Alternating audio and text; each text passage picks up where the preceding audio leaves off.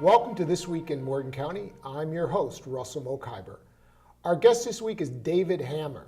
David is a candidate for judge on the 23rd Judicial Circuit here in the Eastern Panhandle. David, welcome to the show. Welcome. Thank you. Thank you for inviting me this morning.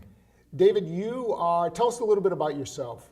Sure. Born and raised here in the Eastern Panhandle, and what's been your work? Actually, I was born in California. My dad was in the space program. And when the space program ended, he and 10,000 other engineers were laid off at the same time. And so he went back to school and became an auto mechanic. So I actually grew up outside the Philadelphia area, repairing cars, fixing cars, and paying my way through college. I came to West Virginia in 1988 when I took a job in the center part of the state in Clarksburg, West Virginia. And in 1992, my current partners and I split off from that law firm and opened up a firm in Martinsburg, where we've been for the last 26 years. And what's been your practice there? My practice is a mixed practice. I do civil rights work and have since I started, which includes employment law, disability discrimination, racial discrimination, sexual harassment, those types of cases. And in addition, I also provide counsel to a number of small businesses, as well as counsel for example, the Horsemen in Jefferson County, 3,000 horsemen, and town counsel for Bolivar, Harpers Ferry, and I'm also the Public Service District Counsel for Jefferson County. And I hear your ads on local radio. So give us an example of what kind of cases you've brought in your practice that you're proud of. Sure. I have a long list of cases actually that I've been involved in. One of the cases that I'm proud of is an early case called Hamlin versus Chambers. And that was a case in which a female supervisor was sexually harassed by a subordinate employee. And the defense claim was that a supervisor could not be the victim of harassment because she was in a position to take disciplinary action against a subordinate employee. We took that case to the West Virginia Supreme Court and prevailed, establishing the principle that every employee has the right to be free from, not just subject to some, but free from unlawful sexual harassment. Okay, and what about another one? Well, a case that I just finished up recently was a case where a woman was crushed in an industrial accident when a forklift ran over her. And I used to think that being burnt was the worst kind of injury to you. I would add to that now being crushed as well. And it's a case where an employee loses their job. They're at risk of losing their house, their car, their family, everything. And I stood by her and worked through a very difficult deliberate intent statute, which is part of the workers' comp statute, worked through that and actually got a successful resolution for her. You are a successful attorney here in the Eastern Panhandle, and you're running for judge. Now, this will be a pay cut for you. Why would you leave your practice and want to be a judge and take a pay cut? Yeah, well, I've saved my money over the years. And so I've saved for retirement, I've saved for my family, putting my children through college. It's not about the money at all. If it was, I simply wouldn't do it. It's about 30 years of service that I've done and my experience in the law and my belief that I'm now prepared, given the breadth of my experience, to be a good circuit judge. You're running on two campaign issues that I saw on your website. What's your website, by the way? It's hammerforjudge.com. Okay, so people can get more information. Sure. One is, you say this is about, I believe, independence. Yes. And you advocated for a system that we have now, which is candidates running as not affiliated with any party in a nonpartisan basis. When before people ran with their party labels. But the reality is everybody knows what party a candidate's from. So what's the difference? Well, there's a couple differences. Number one, it doesn't matter who comes before you as a judge, whether they're an R or whether they're a D or an independent. You have to be independent. Okay, the case has to be decided based on the facts and the law, not who the person is or what corporation they are. So number one, by making it a nonpartisan election, the intent was to de-emphasize the partisanship. Now, unfortunately, in my view, they set the nonpartisan election at the most partisan of all elections. Which is on primary day. Which is on primary day, May the 8th. And it's when there's the least attention by your average voter and the most attention by partisan voters. If I could change that fact, I still would change that fact. But nonetheless, the party registration does not appear on the ballot. So people will pick based on the information you get to them, I hope, and make the best selection by using the information available on websites, by having met the candidates, and by judging their experience. The other issue that you raise is the question of money in politics. You're saying that you're going to be spending your own money, you're not going to be raising money from the broader community or from attorneys. We interviewed Judge McLaughlin, and she said, well, she's on a state salary, she has to raise money, her committee has to raise money to run the campaign. So, first, my view on money in politics and in judge races. In judge races, I think it's particularly odious because every time a check is written, there's going to be a record of that check. It's going to be published on the West Virginia Secretary of State's website, and any future litigant or future lawyer will be able to look down that list and to see whether or not his opponent has given money to that judge's campaign. Now, the judges are supposed to keep it anonymous. They're not supposed to look at it. But even if the judge doesn't look at it, and that's a stretch, but even if the judge doesn't look at it, still yet the litigants before the judge know that. Now, I've written checks many times to judicial candidates. I don't like the process. I don't like how it looks. I feel that if you're serious about the position and serious about maintaining the integrity of the office, that you should simply save your money and do it on your own resources if you're at all capable. Now, in Judge McLaughlin's situation, she's been on a salary from state tax dollars for years now. Right, she was a prosecutor She was for a 18 prosecutor years. for years. Her husband is also a physician. Obviously, running for judge is a family decision. It affects not just you, your spouse, your children as well. If this was a plan, my suggestion is save your money, maintain the integrity of the office, and don't solicit contributions, particularly from lawyers who are going to appear before you, and particularly from litigants who might be before you. One of the things that's interesting about this issue, so what you're saying is that an attorney could write a check to either one of you, well, not to you because you won't accept it. I won't accept it. But let's say attorney writes a check to Judge McLaughlin and then she wins, and down the road the attorney appears before her. Everybody knows that the attorney donated. Of course.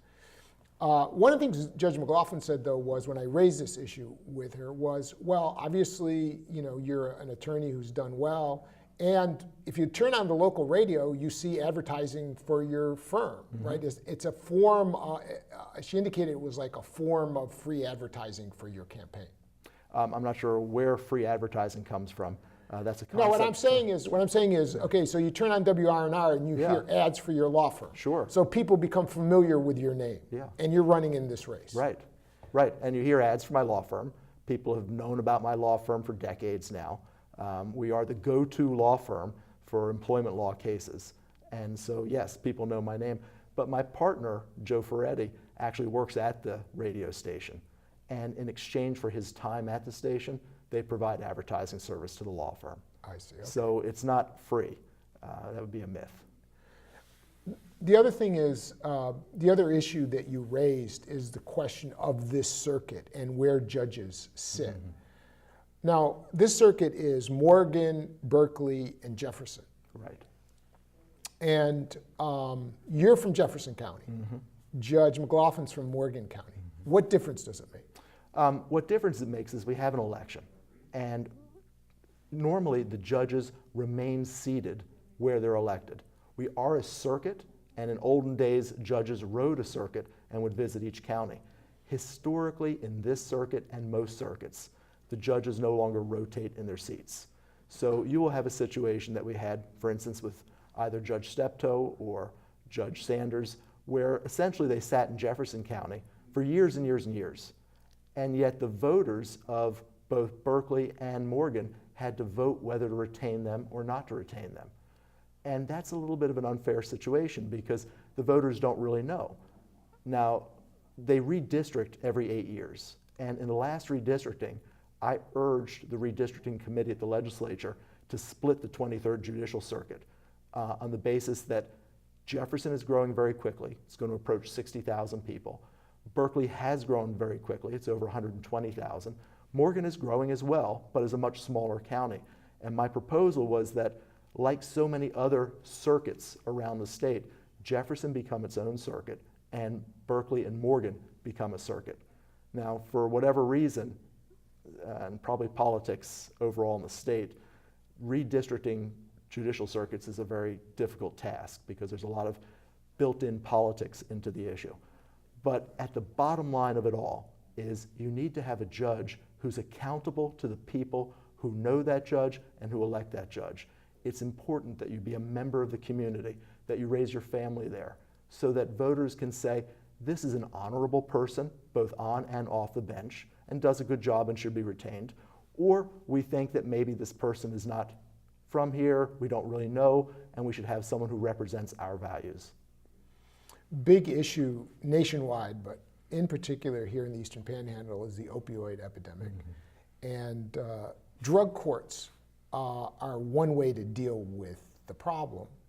What's your take on drug courts and what we should be doing about overall this problem that's affecting people's lives here? I like the drug court set up by the West Virginia Supreme Court. It does require additional time and energy from our circuit judges. I'm kind of a high energy person anyway, so I'm totally fine if I need to meet several times a week, several times a month with someone who's trying to recover from opioids. I'm willing to do it. I really am. One of the great tragedies we face right now is that citizens are actually divided on the issue of whether we should continue to administer Narcan to repeat opioid users. Because we have the situation where an opioid user might overdose 2 or 3 times across a week and be saved each time by the administration of Narcan. It's a huge drain on the budget. I mean, it truly is. And it's been a stressful ordeal for our emergency responders as well. I'm not willing to give up on anyone ever. And so if it means getting up, if it means going out to drug court meetings, trying to provide the extra little bit so that that person can become productive again, I'll do anything and everything it takes to do that. And if you get elected judge, would you volunteer to be a judge on the drug court? Would you like to do that? Absolutely, no question. It is one of the most serious issues facing us, not just for the parents, but also for our children as well. And I have 3 children, and it strikes me very close to the heart. A good friend of mine, his daughter taught my children to swim. She died of a drug overdose, and it's tragic. The interesting thing about the drug court is we watched this movie called Heroin, which was made here in West Virginia, about 3 women trying to deal with the issue in Huntington. One was a drug court judge. And who decides that question of the different courts? Like who created the drug court in West Virginia? Ultimately, the West Virginia Supreme Court has complete authority over the circuit courts of the state. So the drug court program is created by the Supreme Court. It's offered to the different circuits. They can implement it. Thank goodness we have implemented it. And I've heard it's being cut back. And there's a controversy. You talk about corruption on your website, and there's controversy because in the Supreme Court, there was this extravagant remodeling. It's called Couchgate, where it's called Couchgate because the Supreme Court justice spent $32,000 on a blue suede couch, and people are outraged by it, and it had a deep impact. So what is your take on that, on that kind of extravagance and what impact it's having on the courts? I've said very publicly, and I'll say it again right here, I will sit on a cold metal chair in an unheated office before I will do anything like that. It is an outrage. You simply can't expend public dollars in that manner and maintain public trust. And the judiciary itself has no inherent power. It relies upon public faith and confidence that they're doing their job with integrity. And anything that knocks down that integrity is a terrible thing. And this Couchgate and the inlaid floors and all the other issues we're hearing about, it's simply awful for the state. And I hope we move past that at some point and we take corrective action. Most importantly, I'd like to see the legislature actually audit the accounts of the court system. And only that way can we ensure that tax dollars are being used appropriately. Judge McLaughlin, when we interviewed her, touted her experience as a prosecutor and as a judge dealing with the criminal law. And she said a big chunk of the time spent of a judge is in the criminal law. Your practice is primarily civil law. That's right. The criminal law is one volume of the code, and there are more than 50 volumes of the code. Plus there's the entire administrative law, which is much larger than the code. And in addition, there's the common law.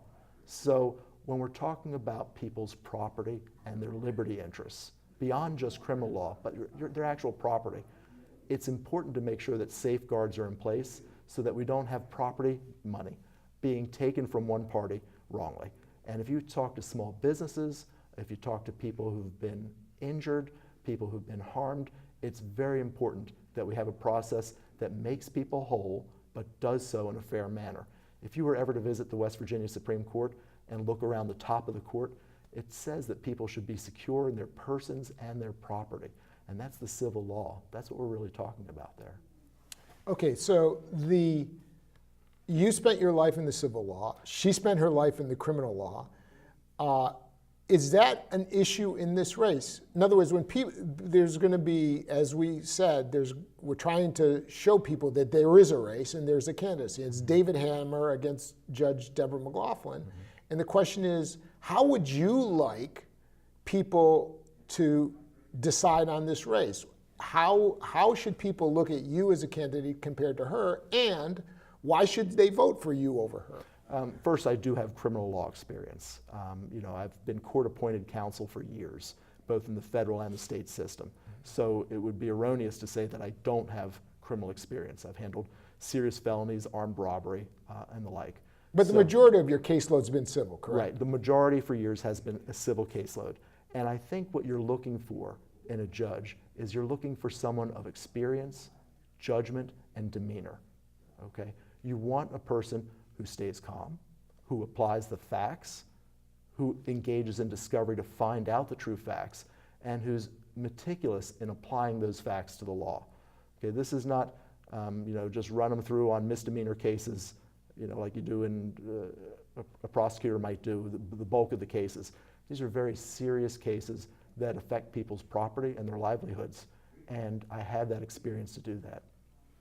Another big issue on courts in the news is the question of the intermediate court. The U.S., the U.S. Chamber of Commerce, the State Chamber of Commerce are pushing these all over the country. They want them because it will delay justice. And I'm wondering your thoughts on the intermediate court. Should the legislature pass this? There are 9 states currently that do not have intermediate courts, and we're one of them. All the 9 states are smaller states, such as our size. If you would speak to our West Virginia Supreme Court, they would tell you they don't need one. They're able, and they're required to now, review every single appeal that comes before them and issue an opinion. So I don't think we need it in terms of the law. In terms of budget, I've seen various estimates for the cost. The estimate the Supreme Court put out was $11.7 million on an annual basis. That means 10 years down the road, which is the term of the proposed intermediate court judges, we'll have spent more than $110 million to have a court system that really functions to delay the resolution of cases. I represent a lot of small businesses and towns, and no one wants their case delayed. That doesn't serve either party to have the case delayed. It might serve the insurance companies who take the view that justice delayed means more money in the bank, because frankly they're getting a return on their money.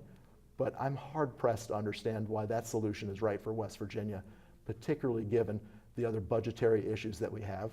I mean, from the opioid crisis, which we mentioned earlier, to teacher pay issues, to DHHR pay issues. State employees in the state do not receive pay commensurate with their duties and the importance of their duties. So when it comes to our priorities, while as a judge I don't get to set those, that's a decision for the legislature and the governor. Personally, I'm not in favor of it at all. We have just 1 minute left, but I want to ask you finally this. Both you and Judge McLaughlin have primarily been advocates all your life. She was a prosecutor, urging people to be put in jail, primarily criminally prosecuting, and you were a civil rights lawyer. What's the motivation to go from being an advocate to being a decider as a judge? You know, it's a funny thing. I've been a soccer ref for a long time, and I used to play soccer. and I got to an age where I no longer could run up and down the field and be a player anymore, but I can still be a ref, and I kind of started to enjoy that process. And I thought about this when my friend Judge Yoder passed. I thought, you know, he brought a good sense of humor to the job, a diligence to the job, and I asked myself, am I ready to do that? And I thought, you know, after 30 years, I am ready, and I'm willing to do it. And if people want more information about your campaign, the website is? It's hammerforjudge.com, or they can go to me on Facebook as well at Hammer for Judge. Thank you, David Hammer. Thank you, Russell. Pleasure being here. And thank you for watching This Week in Morgan County.